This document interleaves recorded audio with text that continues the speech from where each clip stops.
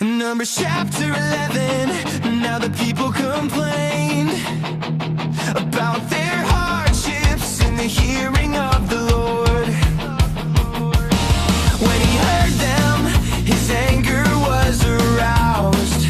Then fire from the Lord burned among them and consumed some of the outskirts of the camp. When the people cried out to Moses, he prayed to the Lord and the fire died down. So that place was called Taberah, because the fire from the Lord had burned among them.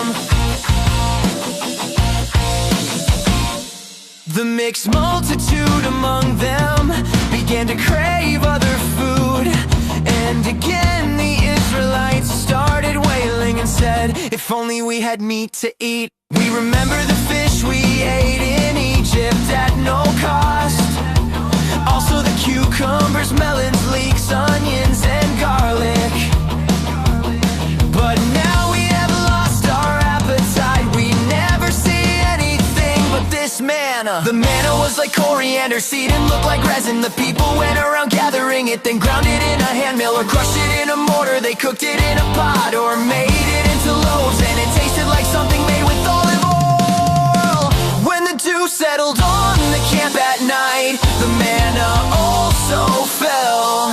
Moses heard the people of every family wailing at the entrance to their tents. The Lord became exceedingly angry, and Moses was troubled. So Moses said to the Lord, why have you brought this trouble on your servant? Why have I not found favor in your eyes, that you place the burden of all these people on me? Did I conceive all these people? Did I give them birth?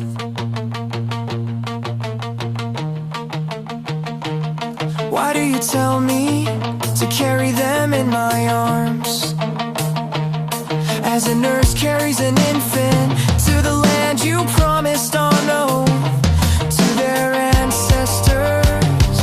Where can I get meat for all these people? They keep wailing to me, give us meat to eat. I cannot carry all these people by myself. The burden is too heavy for me. If this is how you are going to treat me, please go ahead and kill me if I have found favor in your eyes. Do not let me face my own ruin. The Lord said to Moses, bring me 70 of Israel's elders who are known to you as leaders and officials among the people. Have them come to the tent of meeting, that they may stand there with you. I will come down and speak with you there, and I will take some of the Spirit that is on you and put it on them. They will share the burden of the people with you, so that you will not have to carry it alone. Tell the people, consecrate yourselves in preparation for tomorrow, when you will eat meat. The Lord heard you when you wailed, if only we had meat to eat. We were better off in Egypt. And now the Lord will give you meat, and you will eat it. You will not eat it for just 1 day or 2 days or 5, 10 or 20 days, but for a whole month, until it comes out of your nostrils and you loathe it, because you have rejected the Lord who is among you, and have wailed before him, saying, why did we ever leave Egypt? But Moses said, here I am among 600,000 men on foot, and you say I will give them meat to eat for a whole month. Would they have enough if flocks and herds were slaughtered for them? Would they have enough if all the fish in the sea were caught for them? The Lord answered Moses, is the Lord's arm too short?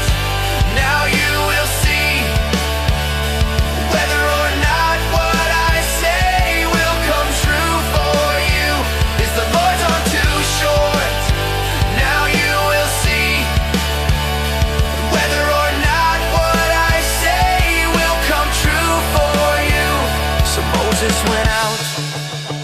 told the people what the Lord had said. He gathered 70 of their elders and had them stand around the tent. Then the Lord came down in the cloud and spoke with him. He took some of the Spirit that was on Moses and put it on the 70 elders.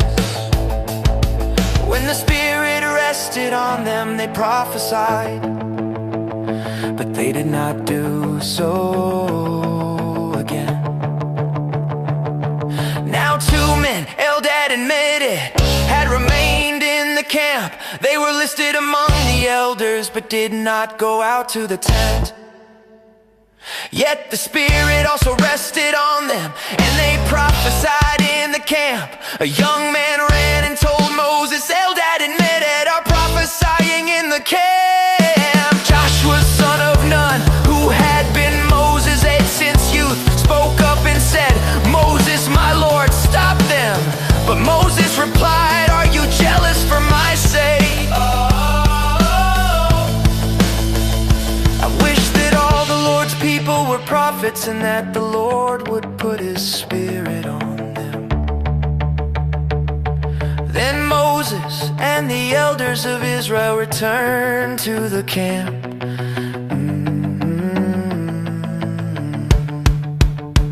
Now a wind went out from the Lord and drove quail in from the sea. It scattered them around the camp about 3 feet deep for a day's walk in every direction, all that day and night and all the next day. The people went out and gathered quail. No one gathered less than 10 homers. Then they spread them out all around the camp. But while the meat was still between their teeth, and before it could be consumed, the anger of the Lord burned against the people, and he struck them with a very severe plague. So that place was named Kibroth-Hattaavah, because there they buried the people who had craved other food. From Kibroth-Hattaavah, the people traveled to Hazeroth and stayed there.